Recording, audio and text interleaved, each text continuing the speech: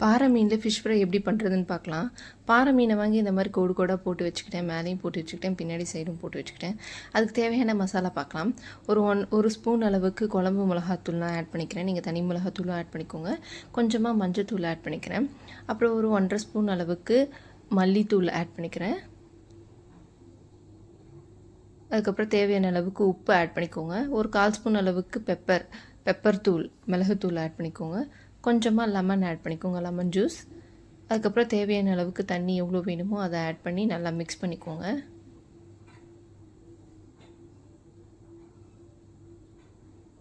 இதை நல்லா மிக்ஸ் பண்ணிட்டதுக்கப்புறமா இந்த மீனில் நம்ம மசாலா போட்டு தடவி ஒரு 1/2 மணி நேரம் நல்லா ஊற வச்சுக்கலாம். நம்ம இந்த கீரி இருக்கும் இல்லையா, அதுலேயும் நல்லா அப்ளை பண்ணிக்கலாம். இதில் கொஞ்சமாக கருவேப்பிலை மேலே தூவி ஊற வச்சுக்கலாம்.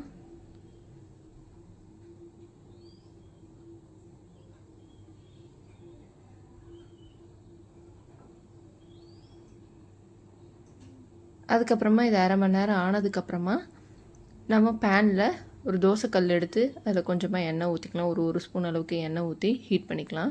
ஹீட் பண்ணிட்டதுக்கப்புறம் இந்த மீன் அதில் போட்டுக்கலாம். ஒரு 5 மினிட்ஸ் நல்லா குக் ஆகட்டும். 5 to 6 மினிட்ஸ் நல்லா குக் ஆகட்டும். கொஞ்சமாக எண்ணெயை மேலே ஊற்றிக்கிறேன் நான். தேவைப்பட்டால் நீங்கள் அப்ளை பண்ணி. சைட் குக் ஆகிடுச்சு, திருப்பி போட்டுக்கலாம். இன்னொரு சைட் குக் ஆகட்டும். அவ்வளோதான், ஃபிஷ் குக் ஆகிடுச்சு. ஸோ நீங்களும் வீட்டில் ட்ரை பண்ணி பார்த்துட்டு எப்படி இருந்ததுன்னு கமெண்ட் பண்ணுங்கள்.